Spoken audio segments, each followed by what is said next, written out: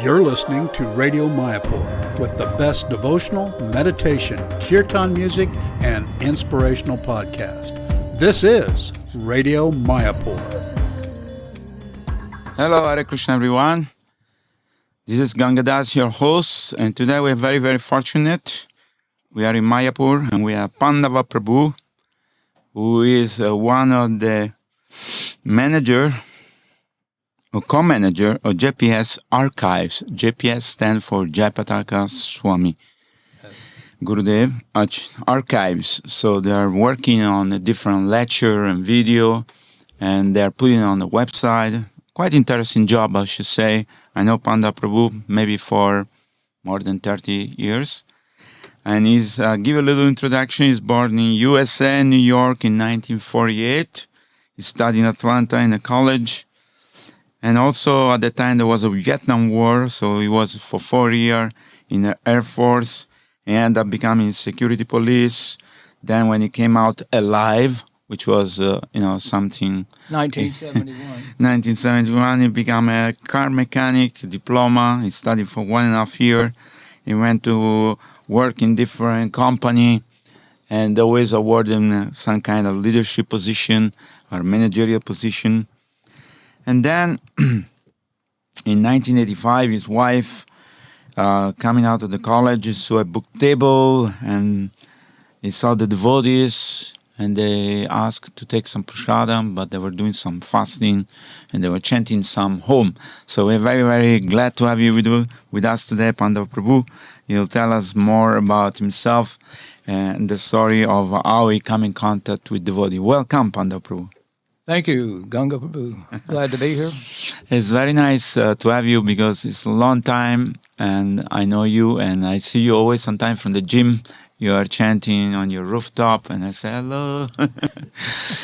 And I know you're a very sweet devotee, and always a challenging for devotee. It's never boring, I should say. You know, the life of devotee, people think, oh, these devotees, they put some tilak, they chant Hare Krishna. What a boring life. But I should say it's never boring life to be a devotee of Lord Krishna, because it's always adventure. There is always some challenges. There is always something to learn. And today we're learning something more from this wonderful devotee, Pandava Prabhu. So Pandava Prabhu, tell us a little bit about your family, for example, just a few minutes. Your father, mother, brother, sister, I'm not aware. Tell us a little bit about that. My mother was from Atlanta, and my father was from New York, and he met her during the WW2 when he was down in Atlanta for basic training. He went down to the city, and he met my mother there. So after the war, they got together and got married. And nice. You have brothers and sisters? Yeah, I have 2 sisters and 1 brother. Nice. Wonderful. So were your father religious, your mother religious? They were always both very pious. My father was very humble, and also he didn't talk much. So, okay. Which would go along good if you were a devotee, You only talk about Krishna, otherwise you don't talk. Right. So he's very quiet. Wonderful. Tell us a little bit about this service you've been doing for many, many years. You're one of the co-manager of JPS Archive. How you got involved, and what are the challenges? What service are you doing right now for the devotees around or watching this JPS Archives? Well, in Mayapur, we have the Jayapataka Swami Maharaj Archives World Headquarters. And I'm co-managing there and supervising the video department, because Guru Maharaj told me, you're in charge of the videos. Nice. And so also my wife had set up for Guru Maharaj back when YouTube first started. She set up a YouTube channel called Nimai Nitai. And we put all of Gurudev's classes and kirtans and japa walks and everything on Nimai Nitai. And then eventually he said, I want my own YouTube channel. Because we could see there was other Maharajas, so-and-so Maharaj official and other Maharaj officials. Yeah. So I made up a YouTube channel, Jayapataka Swami Official. And then we started moving all of his, as the new videos came out, they all went there. Nice. So how many years you have been doing this service? Pandava Prabhu? Well, we started back in 85, 86. Atlanta was where they were doing the tape ministry, the Jayapataka Swami tape ministry. It got started there with the temple president, Balabhadra Bhattacharya Prabhu. He was into audio and video, so he got the devotees to set up and do a tape ministry. At the time, there were tapes. Cassette, There were audio cassette tapes. I remember because I remember one time I went to Atlanta and the president gave me a big, huge bag and said, "You have to take this back to Mayapur." I said, "What?" So what happened to Mataji, there's a couple of Matajis were doing it, primarily one Mataji. I'm sorry, I don't remember her name now, but she eventually moved out of the temple and she was trying to do something at home, and then she eventually left her body. So my wife took over the tape ministry. Nice. And then when Guru Maharaj came to Atlanta after Spain, where he was attacked with a knife, he was staying in Atlanta, and then he went and recovering there for a month or so. And then he decided to go down to New Televan Farm, so we followed him down there to take care of him. We were taking care of him in Atlanta, my wife and I. So then we went to New Televan Farm, and we just stayed there when we were doing the tape ministry there. Nice. And was it difficult to transfer everything from tape into, and the modern technology, which is no tape, no CD, or there was some changes from the what it's called analog. Yeah, analog to digital. Yeah. Well, we didn't make the change because what happened was when I was there, they would put these little Mayapur newsletters, news magazines. They would put them on the bulletin board every month. So I would grab it and take it home and read it. My wife always, from the early days in the movement, she wanted to go to Mayapur because she got that Mayapur magazine. Right. And she wasn't happy until we ever eventually get to Mayapur. But I wasn't so much in, because I had a career job, in corporate management. But what happened was I read one of those magazines, and it said, Krishna needs you. We need someone that knows construction trade to come here and supervise construction, because they had a lot of construction going on. They were building hotels here, and they're building all the new Grihastha Para area. And the Samadhi was finally going full steam ahead, so they needed devotees from the West to come and supervise construction. So I asked my wife, and she agreed, and we checked with Gurudev, and he said, well, you have to fill in an application and all that and send it there, and if they approve, then you can come. But it's not like the whole world was breaking the door down, It was Ujjwala Nilamani Prabhu, Prabhupada disciple, was there supervising construction. They put me in charge of finishing. And then we had Rahini Nandana Prabhu was in charge of the building the hotels, the Gada building. And he was from Malaysia, right? Yeah. And then there was Giri Govardhan Prabhu was in charge of getting the Samadhi finished. So that's about all that came, Nice. I did get accepted, and I came here, and it was the best thing in my life from 91 to 96. And that's when they had the grand opening of the Samadhi. Right. There was not so many people at that time. No, not here in Mayapur. Yeah, I remember the early day. It was very sweet. And you got involved in transferring all this tape or putting it on a website and making the video out? No, what happened was that when we got accepted for that position, then we had to do something with the tape ministry.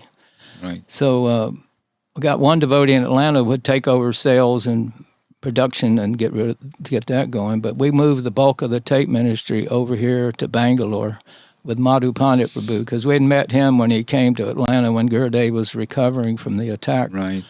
And he was very impressive, and Bangalore was very impressive at that time. And they said they'd build a whole studio for the archives, and they would take it over. So we brought it all over, and they took it all down to Bangalore.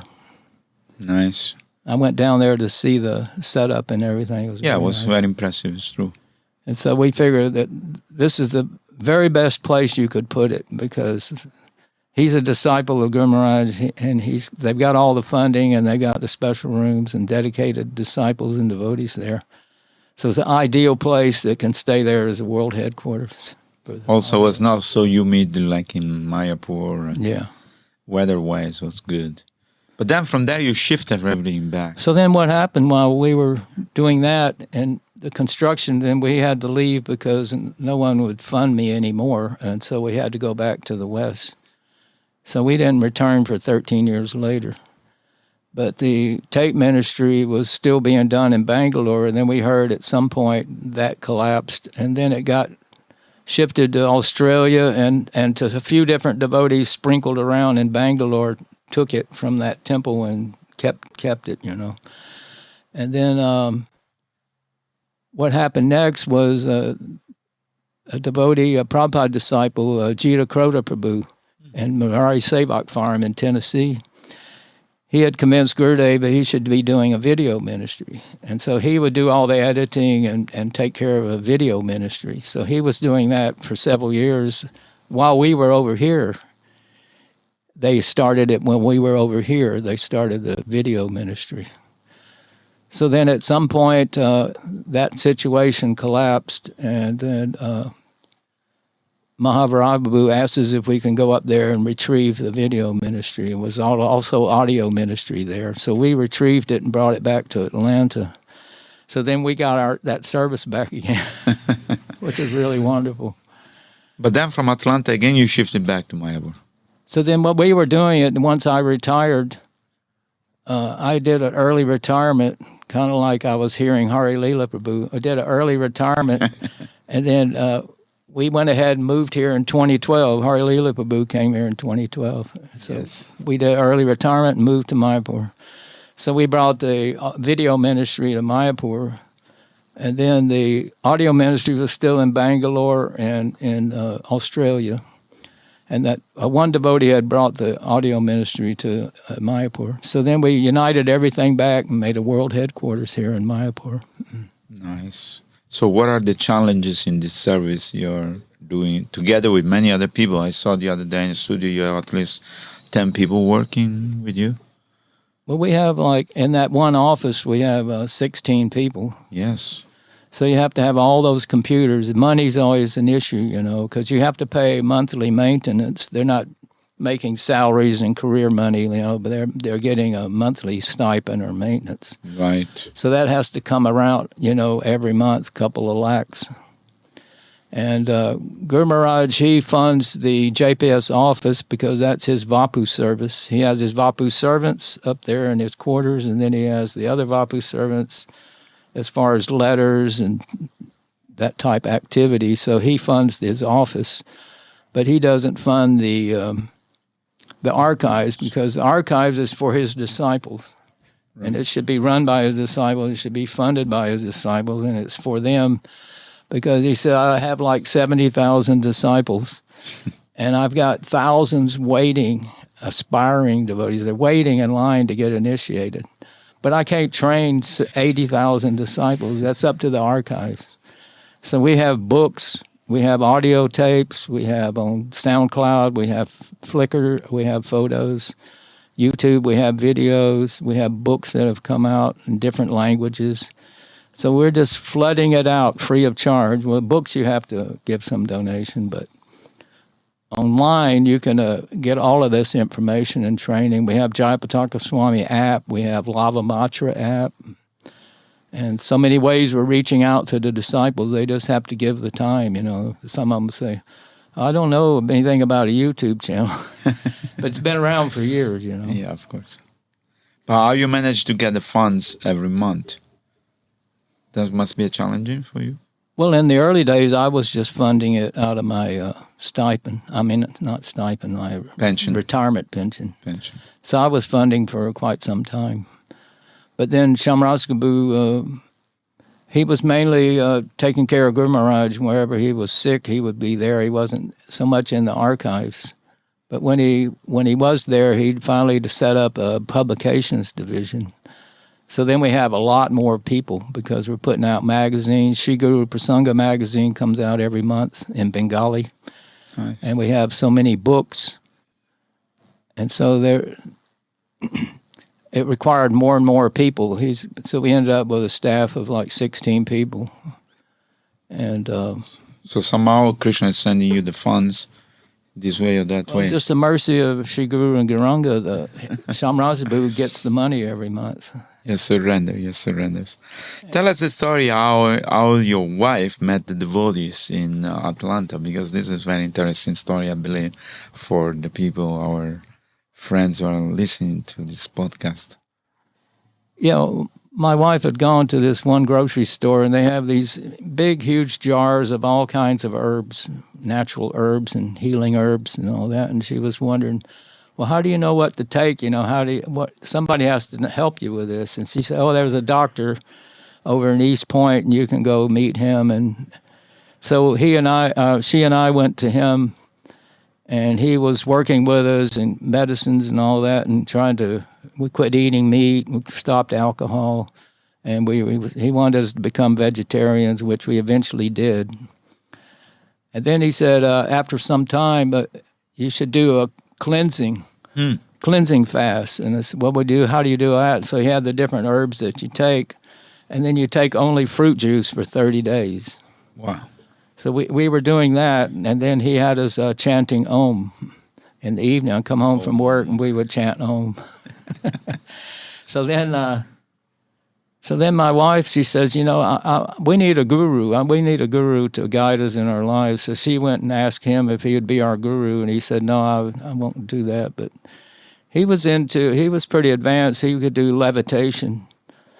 He was a yogi. He would do meditation, and then he would levitate. Wow. You saw it with your own eyes?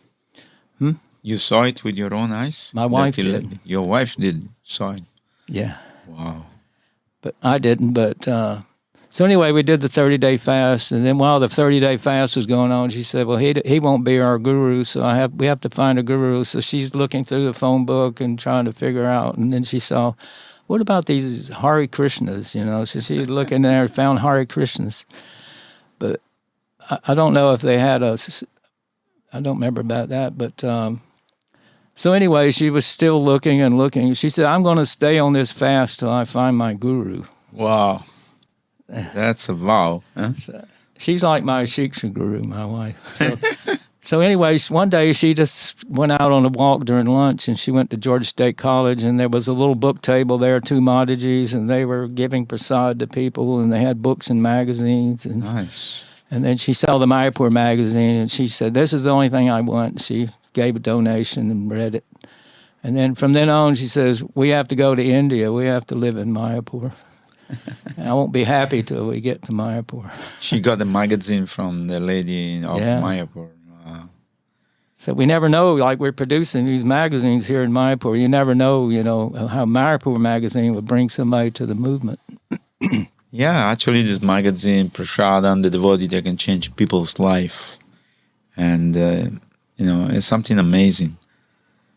But then she went during lunch hour, she went over to the Hare Krishna temple because she met them. She went to Hare Krishna temple, met the temple president, Balabhadra Bhattacharya Prabhu, and he was really preaching with her and helping her, getting her to chant. And then he was talking about devotional service. You're busy, you have a job, you don't have devotional service, you can chant. But anytime you're around the temple, like if you sweep the temple or you rake the leaves or anything you do, take garbage out, whatever, it's devotional service, and you'll get some bliss and you'll get some advancement. So my wife would be, whenever she goes there, she'd just be running all around the temple doing things, sweeping, cleaning, running garbage and everything. She would always be doing it. And Guru Maharaj was there one day. What are you doing? She said, I'm on the transcendental treasure hunt. He said, what? I'm just looking for devotional service I could do. Wash somebody's plates, you know, or sweep the floor, mop the temple room, you know, whatever. I'm on the transcendental treasure hunt. And he said, I love that idea. So, you know. So eventually, but she was talking to me about going to the temple, and I said, well, you shouldn't go around there. They'll brainwash you. But I didn't know anything about them. But, you know, it was one of these cults. As we had a lot of different cults in America. Yeah. But eventually, we ended up going down there for a Sunday feast. And I think it was Lord Nityananda's appearance day. And so Big festival. I was surprised the Pujari that was doing the arti and the lamp, like the priest, because I was in the Catholic Church, and he was Right. like the priest. He's up there Same. doing that. And then after everything was over, we went in one of the small rooms in the back temple, and we were sitting taking prasad. I was just sitting in one of the chairs. And he came in, and he sat on the floor next to me, and I'm going, he's the priest. I'm sitting up in the chair, and he's sitting on the floor. You know, he's very humble, Mukunda Prabhu. And so I was impressed with that, you know. Nice. So finally, they brainwash you also?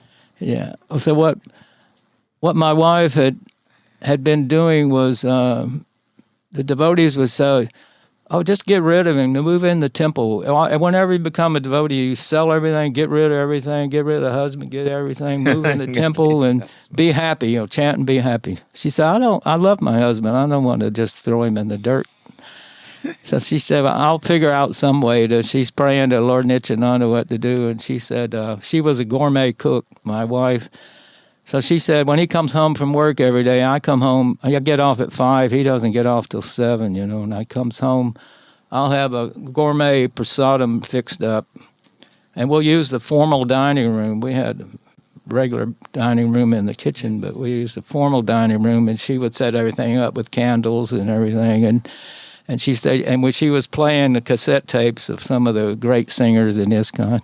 Nice. And then she would read the Bhagavad Gita and Srimad Bhagavatam stories to me while I was taking prasadam. And so it was like coming every way, you know, audible and prasad and all that. And, amazing story. and then the first deities we got was Atmatattva Prabhu. He knew head Pujari and Jagannath Puri, and he got some Jagannath deities carved by the head Pandit. And he brought those to Mayapur, and he gave them to Guru Maharaj to bring to us. And he brought them in his luggage to Atlanta, and that was our first deities, were Jagannath, Balaram, Subhadra were in on our altar, you know. We still have them today, you know. Nice. Jagannath is very merciful. Very, very merciful.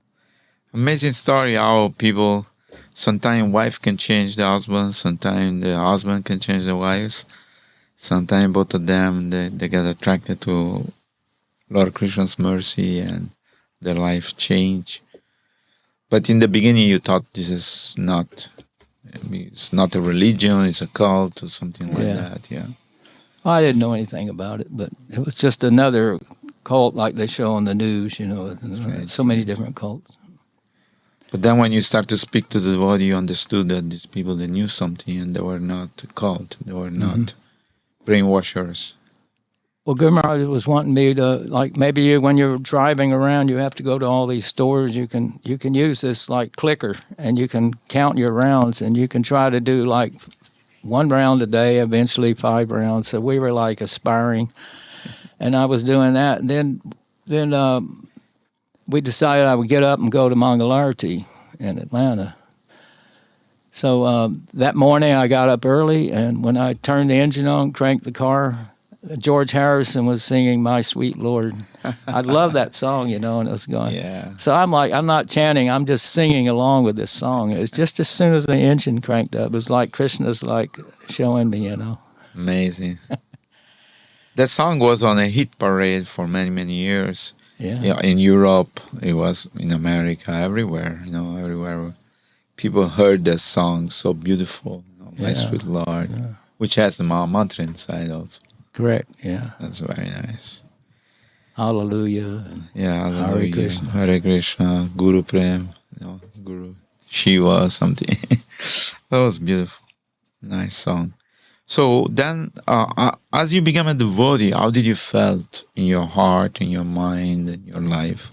Well, You were feeling becoming more happy, or you've... Yeah, I was going to mention that, and I forgot it, but you brought it there, so Krishna's mercy. But when I started chanting, then a change was like my heart was like a steel cage or something, or concrete, and it was breaking open. You know, it was coming out, and a love and friendship and comradeship like coming out from my heart, and I'm going like, what's going on? What's you know? going on? Because I had 100 car mechanics under me, and you know, you can't be a loving type of a priest or something with them. It's a kind of it's a lot of different alcohol and drugs, different things. So you have to be a little bit hard, But then once I started chanting, then I was like being too friendly, with everybody and too Soft. soft side of You me was become a coming softie. out. I said, "No, we can't do that." But I just kept chanting, and it was like so much love coming, so much reciprocation. It really was. It wasn't that I was doing 16 rounds. It was just maybe 1 round or 5 rounds. I would keep increasing. But I had to drive around to so many stores all over the metro area and out to different cities and all that. And so I had a lot of time to chant. So it definitely works, if someone, at least if you're hearing this broadcast, if you just start chanting, Hare Krishna, Krishna Krishna, Hare Hare, Hare Ram, Ram Ram, Hare Hare. And if you can do that 108 times, it's called 1 round. And it can make a big difference in your life. Absolutely. You just try it, Yeah, because I think, what Srila Prabhupada said, this chanting of the mantra is above the mental platform, bodily platform, and all the other subtle platform, because it's an experience. Basically, you link your heart with the Lord. You open your heart to be connected once again, with that Supreme Lord, which is full of love. So then, once the connection is open, and then you start to feel love, start to feel so much happiness and so much protection, and so many realization comes into your mind and your heart that you think, okay, this is strange. What drug is this? Or what they put inside the food? Or what's happening to me? Right? It's a real happiness in life. Yeah. Prabhupada was saying there's really not any love in this world, this material world. The only love is with Krishna. Absolutely. And if you connect with him, then the love will come forth out of your heart. You'll clean your heart. More you chant, you're cleaning the heart. And if you read the Bhagavad Gita, you'll learn that you're really a spirit soul. You're not this body, like a black body or white body, brown body, yellow body, or male or female, or whatever it is, that I'm a spirit soul. And the spirit soul rides in the heart. And Krishna is also in there riding in the heart, this Paramatma. So he's there right next to you, waiting for you to turn to him instead of trying to enjoy this material world. There's really no enjoyment in this material world. Maybe some temporary 15 or 20 minutes, 30 minutes of some joy or happiness, riding a roller coaster or something, But it's not like all day, you're in joy, because if you check all of the nerves in the body, we have nerves scattered all through the body. And on these scientific drawing, it shows there's the pleasure nerves are only like less than 5%, and the rest of them are all pain nerves. Pain or anxiety or fear or all kind of things. The material world is no place for gentlemen, Srila Prabhupada says. So it doesn't matter what position you have, or how much money you have, or how famous you are, or what is your bank balance, because fear is predominating in the material world. Mm-hmm. So unless you connect, that's what is called yoga. Yoga means to link. Mm-hmm. Unless we link ourselves with the Supreme, then we will never be out of this fear, fear of dying, fear of accidents, fear of being alone, fear of failure. So many fears are there, and by the blessing of Guru and Krishna, like you say, then we find that road which can make us feel today. We are not selling dream for the future. We're not saying, oh yeah, in the future you'll go back to God at the Vaikuntha, you'll be happy there. No, you can be happy here, right now. Just chant the holy name and just connect yourself with the Lord. It doesn't matter who you are, where you come from, what color, what age, what caste, what anything you are. And once you try, you will experience yourself. And that's the beauty of the chanting of the holy name. Okay, tell us how you see the future in Mayapur, because you've seen Mayapur from almost from the beginning. Of course, when you came, there were only a few people. Now there are millions of people coming every day, taking darshan, participating in devotional service by taking prasadam, by buying books. Every day we're selling more than 1,000, 2,000, 10,000 books. Yeah. 30, 40,000 people take prasadam every day, take darshan of the Lord. This special month of Kartik, there are thousands of people coming and lighting the lamp and singing. So how you see this when this TOVP Temple of Vedic Planetarium will open? I don't know if you've been in Tirupati. No, I haven't. Okay. Tirupati is one of the most famous temples in South India, or Balaji is called. And there are millions of people going there. So it's such a massive arrangement. The government actually came in and they run a lot of the different things. I guess not enough pundits or to keep things going. Yes. But the government's in there helping. Yes. Facilitate people to see the Lord. Yes. They're building the Ghat also here. Even over here, they're helping to build Srila Prabhupada's Ghat. Srila Prabhupada Ghat. So what's your vision for the future of Mayapur? Well, it just looks great. You know, I was hoping that when the new temple opens, I wanted to look up and say, "Welcome to Sridham Mayapur," you know, but I quit doing the announcements before COVID, and then after COVID, they haven't let me come back. That's okay. Somebody else is doing it. Yeah. But no, when I came in 91 to 96, it's like Mayapur was coming back to life. ISKCON was like in the troubled times, and in 91 they were building the Grahastapara, and the Samadhi was getting finished, and then they decided to make the Panchatattva deities and open that temple. So when I got here, I was doing finishing of all these different buildings, HP1 to HP10, and some other buildings. And then they asked me to come help at the Samadhi. So then they said, "You'll be doing everything up on the dome area. You'll do the inside of the dome, all of the mosaics.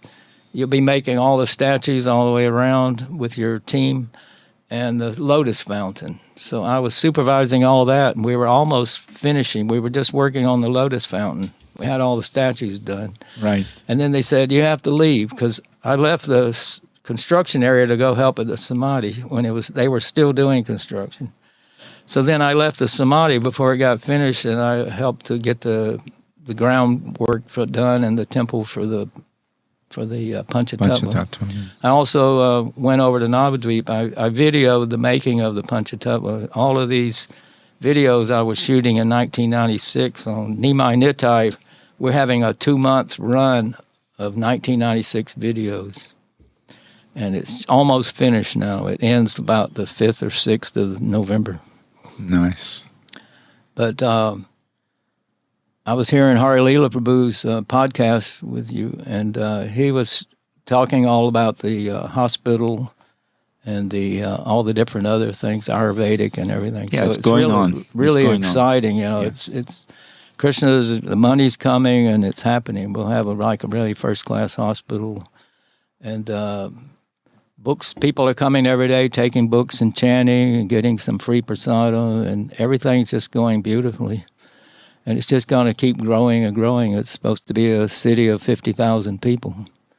So I don't see it going back the other way. It did slow down during COVID. During COVID, when they locked everything down, and there was no TOVP work or anything. Yeah. But now everything's full speed ahead if we don't have any more pandemics. Hopefully there won't be any. Yeah. The only pandemic we want is the chanting of the holy name, which is spread all over the universe, all over the world, because this is the prediction of Lord Chaitanya. I was just looking at the state of the world with the wars we're having, and after we had the COVID and all that, and then seeing that when this temple opens, we're supposed to go into a golden age, a 10,000-year golden period. So how are we going to change the hearts of all these people? What is going to happen in this world that we're going to switch over to a golden age? It's got to be maybe some traumatic things happen. Absolutely. Because I think when traumatic things happen, people start to think about in their mind. They start to think, what am I doing? Think about God. Why? Yeah.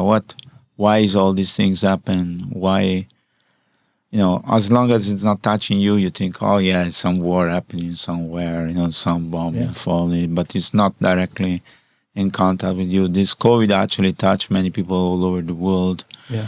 And make people realize that, okay, it doesn't matter what you have, but, you have to do something which is beyond your material situation.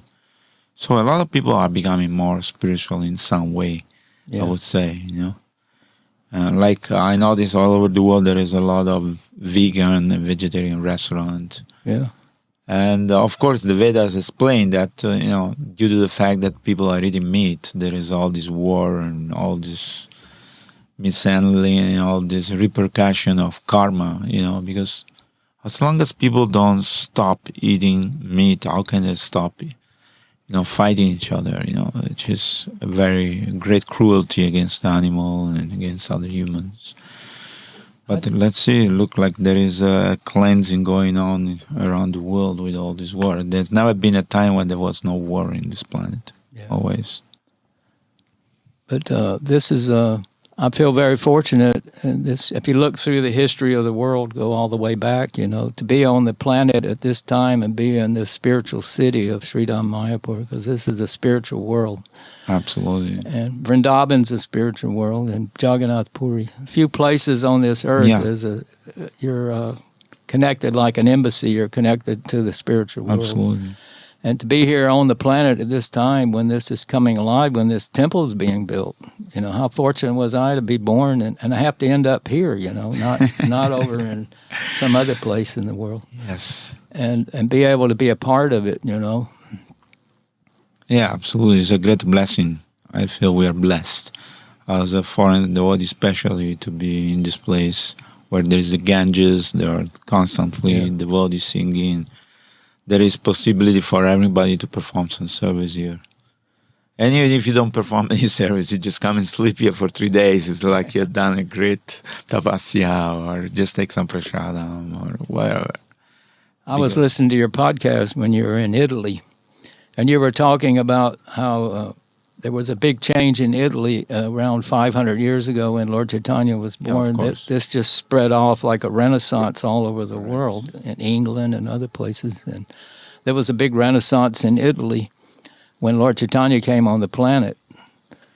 So I think it's a natural thing to understand that when the Lord appeared on this planet, that there is a revival of all the art and culture and dance and music and culture.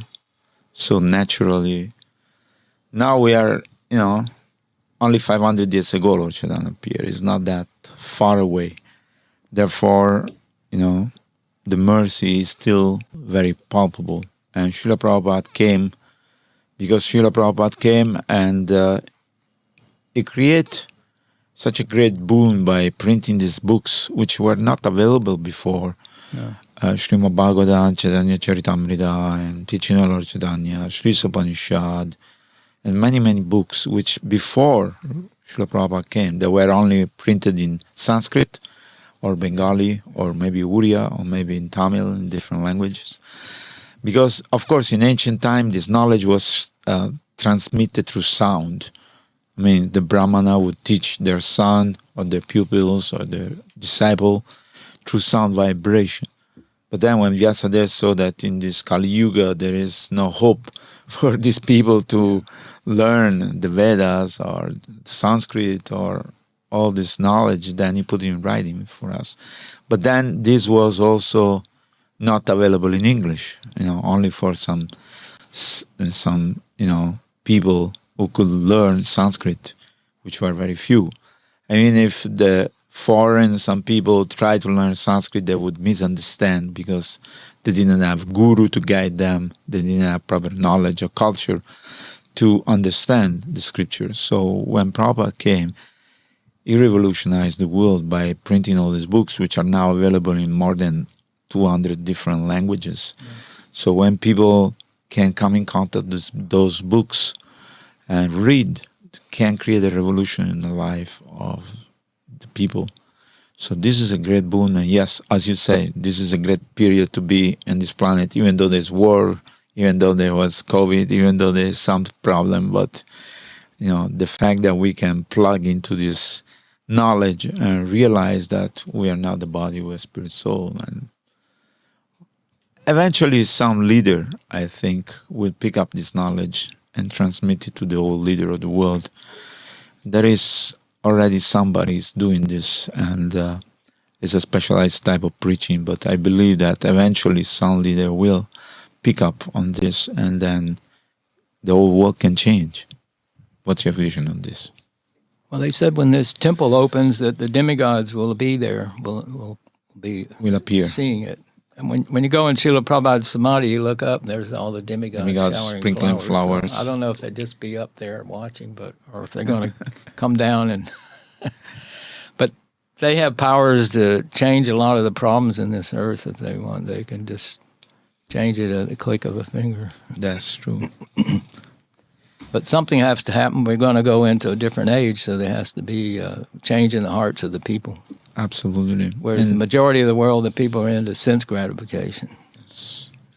So we find as devotees, you get away from this sense gratification. The real happiness is the spiritual life and avoidance of the sense gratification. Living your life for sense gratification.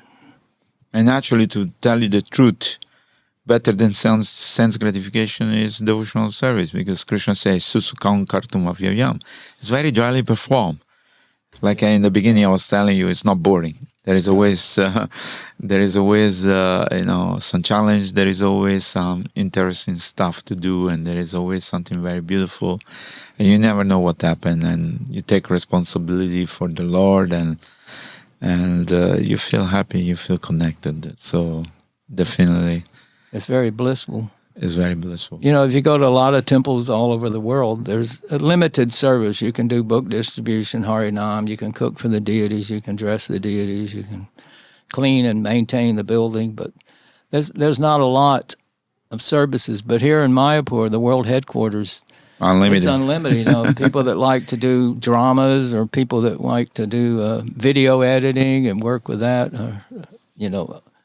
so many services here that can be done. That people are working with the cows. Absolutely. And we have book distribution, Harinam. We always will have that, but there's a unlimited amount of services here that can do, because when you get initiated, the spiritual masters are supposed to try to dovetail your propensity for a particular service. And actually, in every human being, there is some natural propensity. So if they engage that in devotional service, there's a natural things. Within that, there is also spiritual realization. Because you do what you like to do, but you're doing for Krishna, and then you enjoy doing that. Then you feel very happy. I know. I'm very, very happy to be here, and my wife to be here and serving in the archives. Nice. All right. Thank you so much, Pandava Prabhu. There is any question I did not ask you? There is any message you'd like to give to our audience today? What is a message for the people who listen to this podcast today?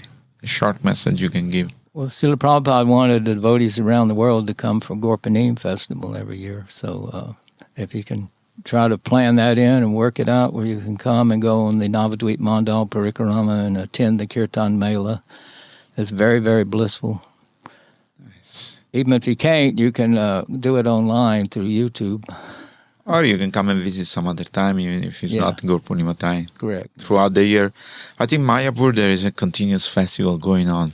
Yeah. The whole year. There is always a festival going on. There is always beautiful deities, Prashadam, all in name. There are retreats. A lot of people come, so I'm sure everybody can plug into this and enjoy, some little glimpse of spiritual nectar. What would you say? Yeah, the Nimai Nitai YouTube channel, you can join in and be like being in Mayapur. You can watch all kinds of different festivals and classes and what have you. Sure. How we do search we go to Google and write www. Well, you just type in on Google, just type in Nimai Nitai in capital letters, one word. It's just one word. Okay. And immediately it'll pop up, and you just select even it'll come up where there's YouTube. If you want to go to YouTube, you can just go up in the search bar and type Nimai Nittai. You can go that way. But I have over 7,000 videos, and I started back in 1996. And just for 2 months now is nothing but 1996 videos, and a lot of people are appreciating it. To see what it was like then, there's people in the videos that are no longer on the planet. Of course. And then all kinds of festivals that we have, we're producing them in 4K. Sent a team down. I financed and sent a team down to Jagannath Puri, and Jagannath Puri, Rath Yatra was only being shown on the Indian channels Yes. in 720 by 480. So we went down and we videoed the whole thing in 4K, and it was edited by 2 different editors. We had we put out the Rath Yatra in Puri maybe in 2019 or so in 4K. Nice. So it's still the only video out there in 4K that is the whole Rath Yatra. That's beautiful. That's a wonderful Jagannath service. Puri, so. Jagannath Puri is big. Okay, I'd like to thank you so much, Panda Prabhu, for coming today to this podcast. I hope we'll meet again and we'll do further podcasts in the future. Yeah. Meanwhile, Haribo, Srila Haribo. Prabhupada ki Jai. jai. Thank you so much. Thank Hare you, Ganga Krishna. Prabhu. Hare Krishna, everyone. You're listening to Radio Mayapur with the best devotional, meditation, kirtan music, and inspirational podcast. This is Radio Mayapur.